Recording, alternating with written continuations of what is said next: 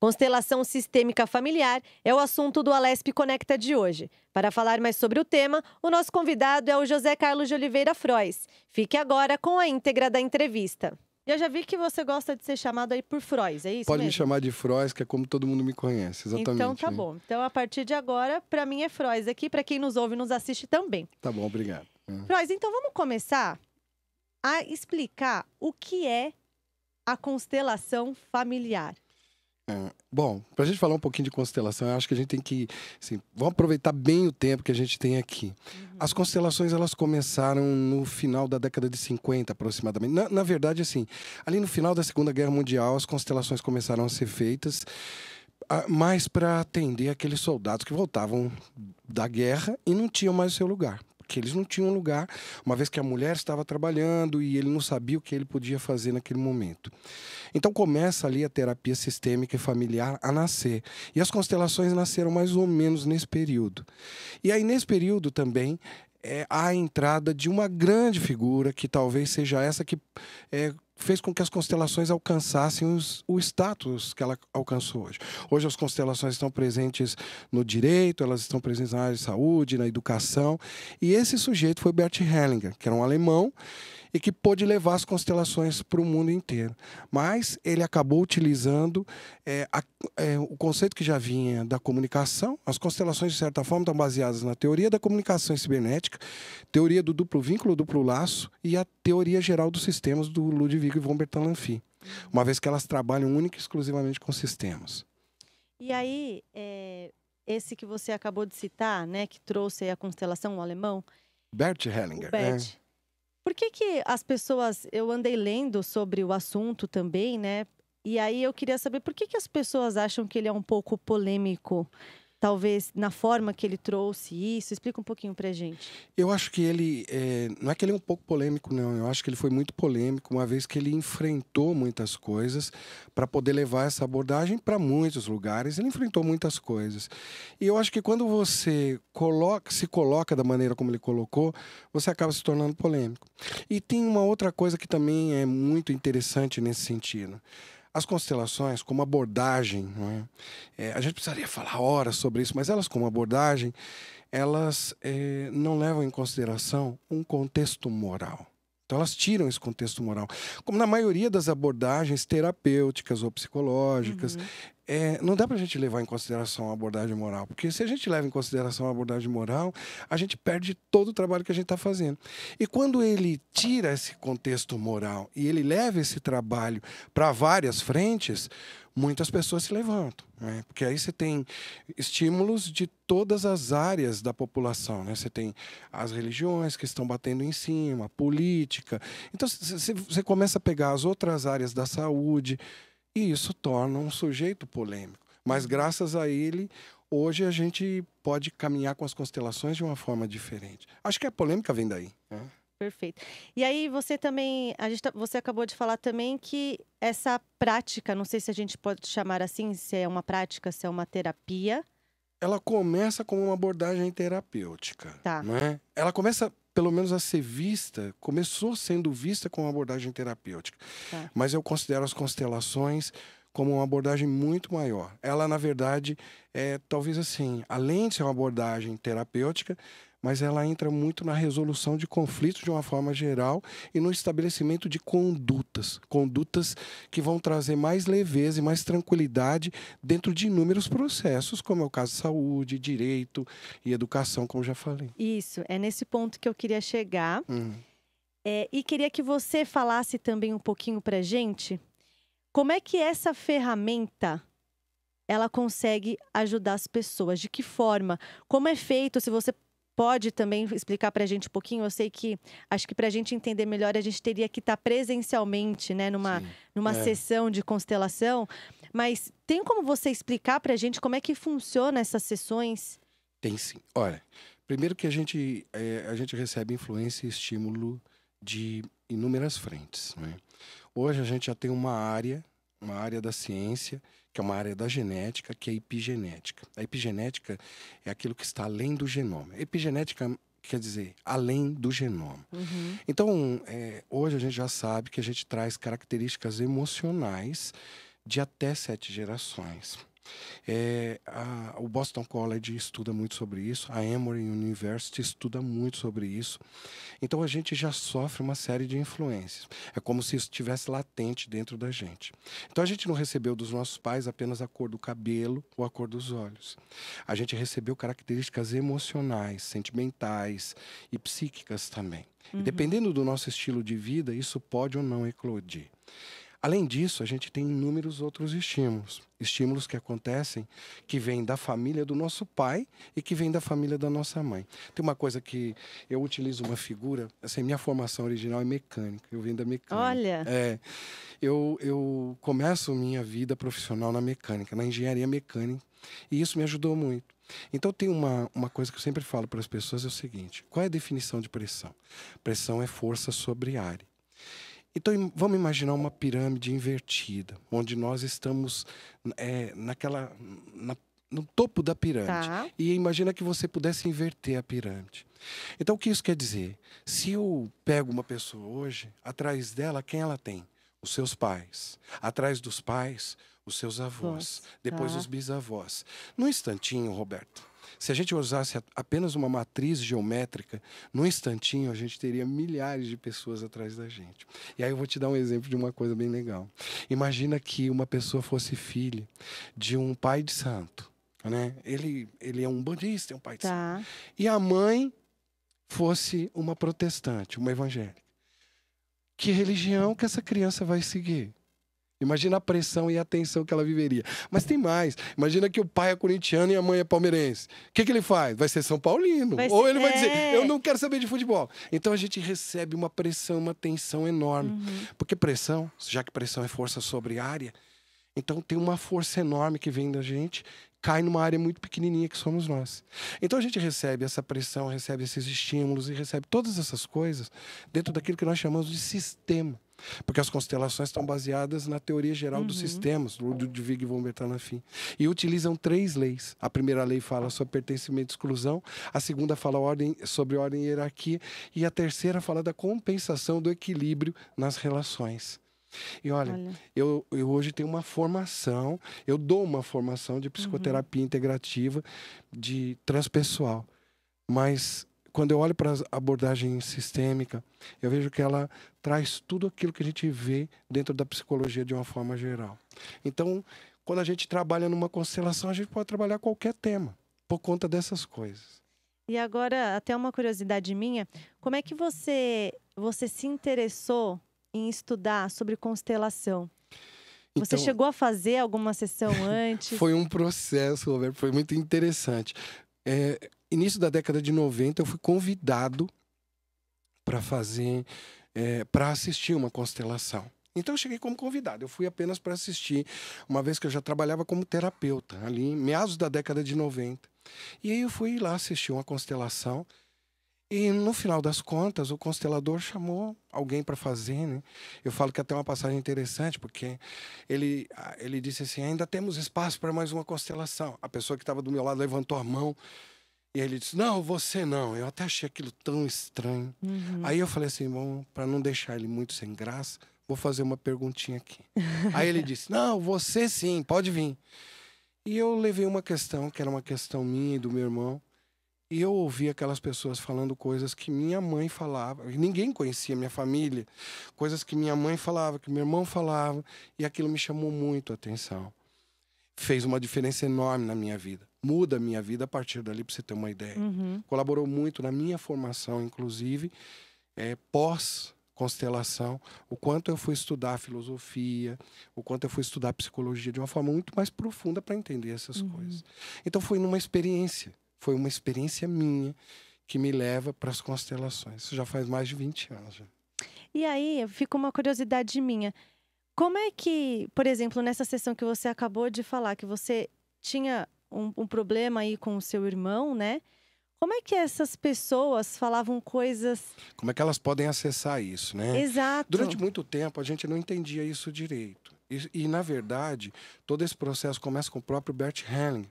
Ele viu uma coisa acontecendo com ele. A constelação é fenomenológica. Fenomenológica. É a fenomenologia impressionante. Ela fala muito por si só. E ele foi fazer uma constelação. E ele viveu a experiência, ele entrou num lugar de um rapaz que era esquizofrênico. E ele percebeu que quando ele olhava para um lado, ele sentia algumas coisas. Quando ele olhava para o outro lado da família, ele sentia outras coisas. E aí ele decidiu dar voz para esses representantes. Porque são as pessoas que representam pessoas dentro de uma constelação. E durante muito tempo a gente não sabia direito como isso funcionava.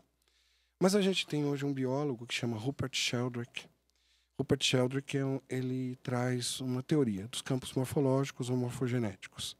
Mas fora essa teoria, tem uma outra coisa que hoje a gente consegue entender direito. O ser humano tem uma percepção. Ele consegue perceber alguma coisa. E perceber é uma palavra que vem de percapere. É algo como ser permeado por algo, não é? E quando a gente está numa sessão como essa, quando a pessoa se abre, aqueles que estão do lado, é como se eles conseguissem captar algo, não é? E para a gente muitas vezes não faz sentido, mas para quem está constelando faz. O Rupert Sheldrake, ele desenvolve toda uma teoria em cima disso e ele apoia a sua teoria, inclusive, em um experimento primeiro com animais, que é com animais que começa. Tá. Onde ele dizia assim, como é que o nosso cachorrinho sabe que a gente vai chegar em casa minutos antes da gente chegar? Ele sabe. Ou seja, tinha essa percepção, né? E aí ele fala assim, bom, isso acontece com qualquer ser vivo. E as experiências que ele fez foi assim, você está num lugar, você sabe quando tem alguém te olhando. Você percebe isso. Acontece muito então, comigo Então essa isso. coisa da percepção. E você percebe quando uma pessoa não está bem. E às vezes você pode até dizer do sentimento que está ali. Mas quando a gente está numa constelação, é como se a gente tivesse uma autorização para tudo isso, entende? Você está autorizado a falar agora, você está autorizado... É como se a gente se permitisse sentir. A gente hoje se apoia muito e se prende muito ainda dentro de algumas questões nossas que são muito fragmentadas, né? A gente divide muito as coisas ainda, entre cabeça, sentimento, e a gente esquece que a gente é parte desse todo aqui, né? E a teoria dos sistemas, veja que isso não tem nada de esotérico no meio do caminho. A teoria geral dos sistemas fala exatamente isso, que nós somos parte de um sistema maior e que cada um tem uma função, tem um lugar e tem uma função. E pode se apresentar ali dentro e sentir as coisas. Nossa, perfeito. Já sentiu isso também, Josiel? Que alguém está te olhando? Nossa, eu sinto isso muitas vezes e realmente, às vezes você não está no momento bom, mas tem aquela pessoa que ela observa aquilo e fala, você não está bem. Exato. Isso acontece muito. Eu também tenho isso por outras pessoas, de olhar para a pessoa e falar, você não está bem. E é como se você pudesse dizer o que ela está sentindo. Mas aí a gente não tem uma autorização, né? Não é? E quando a gente está autorizado a falar, você fala assim, cara, como pode? Então tem inúmeras experiências do Sheldrake nesse sentido, que depois nos levaram a entender um pouquinho melhor. Mas eu acho que a gente está começando a caminhar ainda, né? Não sabemos direito ainda. Nesse primeiro bloco, Frois contou como surgiu a terapia e de que forma a constelação pode ajudar as pessoas.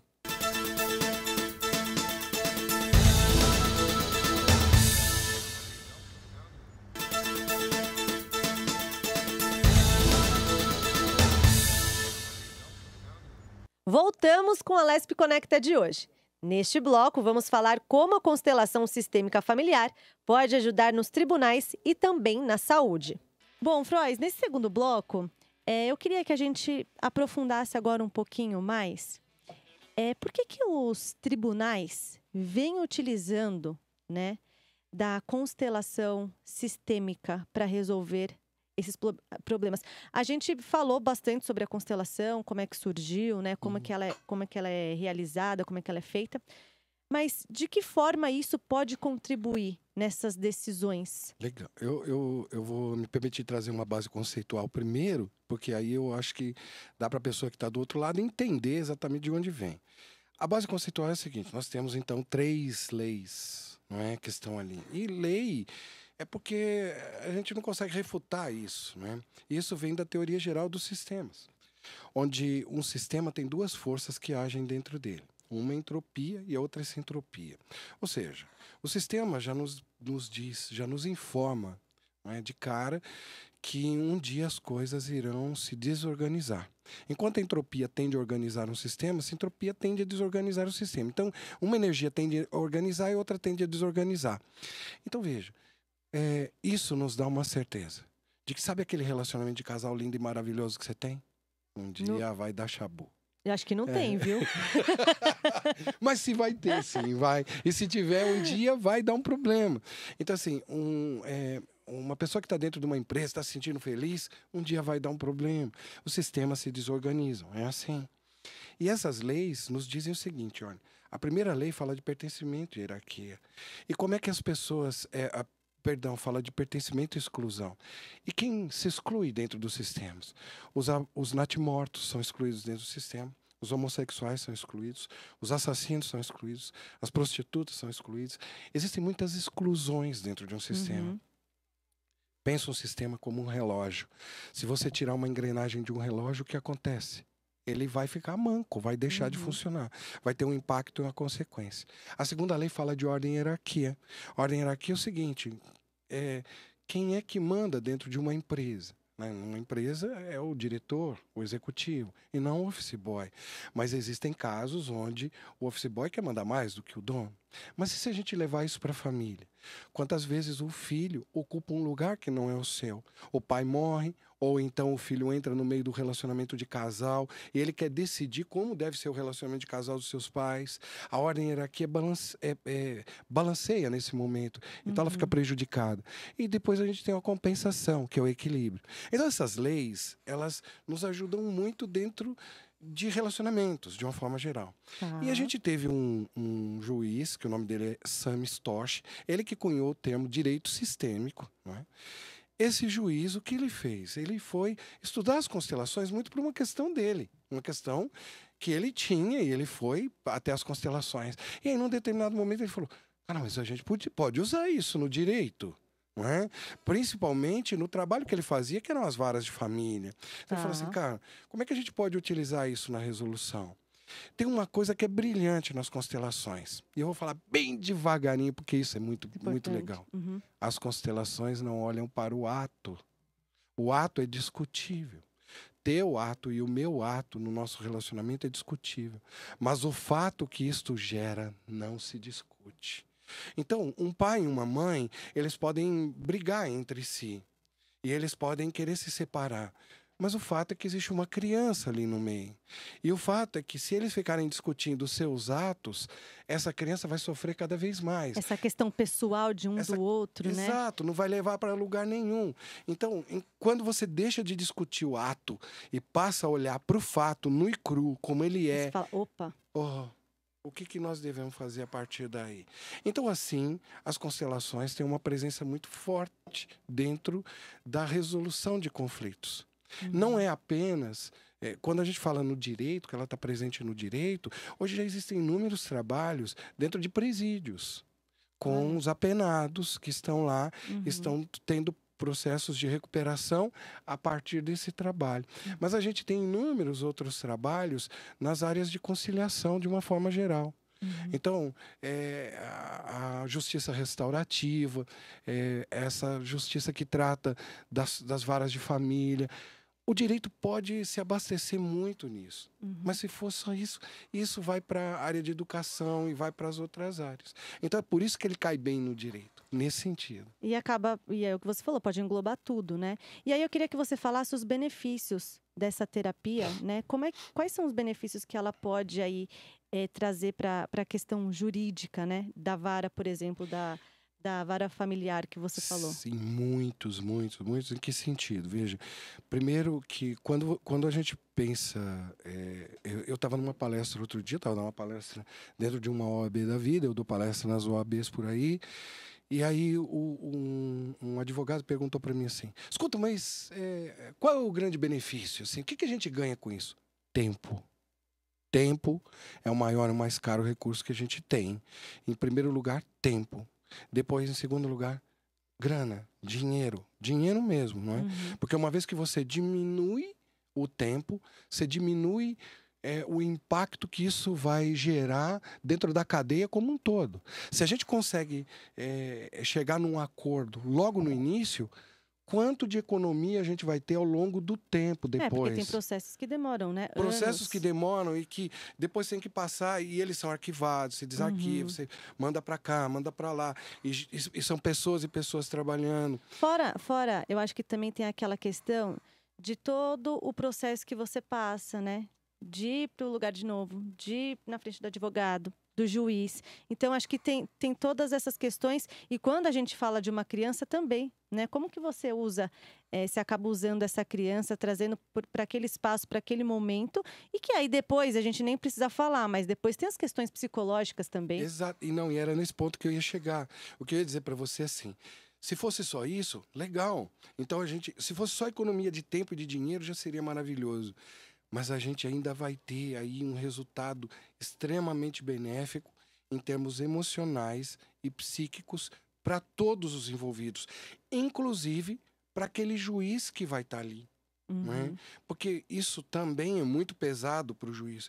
Porque, veja, quando um juiz vai para uma discussão e não há um acordo, há um desgaste emocional e psíquico dele também. Há um desgaste emocional e psíquico dos advogados. Ou seja, há um desgaste emocional e psíquico de todos. Então, nós estamos falando de uma questão de saúde no meio do caminho. Né? Então, no final das contas, não é só uma questão econômica, mas uma questão de saúde. Então, são inúmeros benefícios. Sim. E quanto tempo leva uma sessão de constelação? Veja, as constelações elas são trabalhadas de uma maneira dentro do judiciário. É esse ponto que eu queria chegar, porque assim, se de repente levar muito tempo, imagina quanto tempo as pessoas vão ficar dentro de um tribunal ali, enfim, de uma sala de conciliação. O judiciário normalmente trabalha com um recorte apenas. É aquilo que a gente chama de um recorte. Existe uma questão, um conflito entre duas partes, e ele vai pegar e vai trabalhar muito focado naquilo ali, sem querer entender muito o que está por trás. Veja, porque quando você fala do judiciário, o judiciário quer saber daquele ponto específico. Pau! Agora, quando a gente leva uma constelação... Então, ali é rápido, coisa de minutos. Ele consegue enxergar, ele consegue já ver um novo posicionamento a partir dali. Quando a gente vai fazer uma constelação, e ela é uma constelação num workshop, por exemplo, num workshop de constelações, as constelações demoram em média de 40 minutos, em média, de 40 minutos a 1 hora. Então, demora um pouco mais. Por que isso? Porque imagina, se eu tirasse uma constelação que a gente olhou dentro do judiciário de forma muito focada, apenas para chegar num ponto específico, e levasse ela, nós a levássemos para um outro ambiente, lá nós veríamos algo. O que levou aquele homem a tomar aquela decisão? O que levou aquela mulher a tomar aquela decisão? O que levou, na verdade, aquele sujeito envolvido dentro do conflito a tomar aquela decisão? E ali a gente vai compreender, e essa é outra parte da constelação muito bonita. Não se discute o ato, mas ali a gente vai compreender o que fez com que este ato acontecesse e que gerasse tal fato que está sendo visto dentro da constelação. Ou seja, faz um resgate. A gente pode dizer um assim? resgate, e certamente a partir desse resgate começa ali um trabalho magnífico, que é um trabalho terapêutico mesmo, até que essa pessoa possa elaborar as coisas. Tem uma coisa que eu sempre digo, Roberta: quando é que a gente pode mudar um objeto de lugar? Imagine qualquer objeto agora. Imagina que você tivesse um objeto à sua frente, ou que a sua audiência tivesse um objeto à sua frente. A pergunta é: quando você pode mover esse objeto de lugar? As duas respostas que você vai dar, ou que as pessoas dariam, já não são válidas. Quais são as duas respostas? A primeira tem a ver com sua vontade. Você diria: quando eu quiser.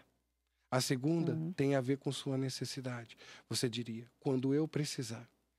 Não, só quando você enxergar tal objeto.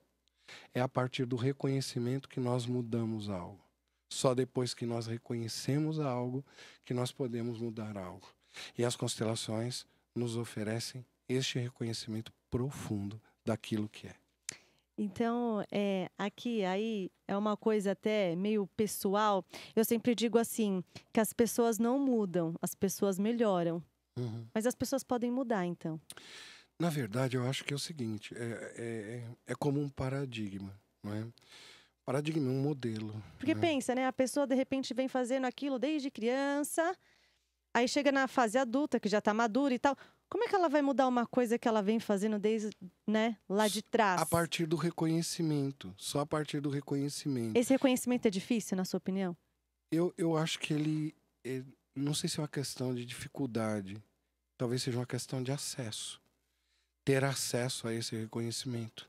Infelizmente, nós vivemos ainda numa sociedade onde a gente tem pouco acesso a uma ajuda emocional. Mesmo dentro da escola, depois na nossa jornada, na nossa caminhada. Além do que, a gente ainda tem um pouco de vergonha dessas coisas. Porque parece que a gente pedir uma ajuda emocional é dizer para o mundo que a gente está doente. A gente vai num ortopedista com tranquilidade. Ele nos dá um remédio e a gente toma e vai para um fisioterapeuta com tranquilidade. Mas a gente não vai a um psiquiatra e não vai a um terapeuta. Entende? Eu acho que assim, talvez vencer ainda um modelo muito antigo nosso. Eu acho que é mais uma questão de acesso. Você acredita que a constelação familiar ela pode servir também de ajuda a uma forma... a gente sabe que é uma terapia, mas uma forma de ajudar a outras questões, por exemplo, pode complementar um psicólogo, por exemplo? Muito, que é o meu caso, eu atendo em terapia, eu atendo no consultório, isso me ajuda muito. Hoje a gente tem uma formação em constelações sistêmicas e familiares, muitos profissionais vêm fazer. Eu tenho engenheiros que fazem a formação, porque isso os ajuda no dia a dia do seu trabalho.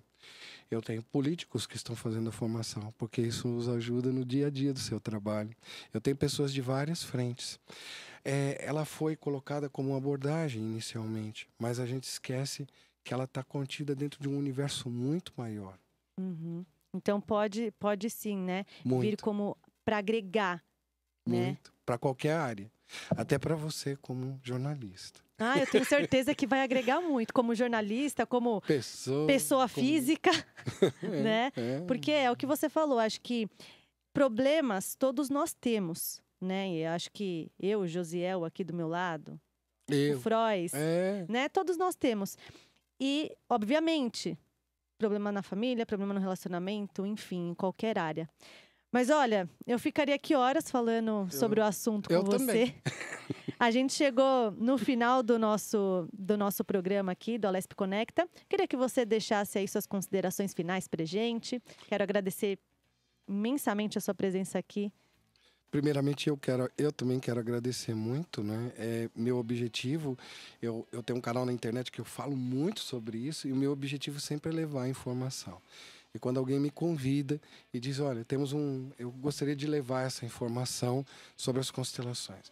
Elas me fizeram tão bem, Roberto, que eu quero levar isso para o máximo de pessoas que eu puder. Obrigado. Perfeito. Já acho que você vai me levar.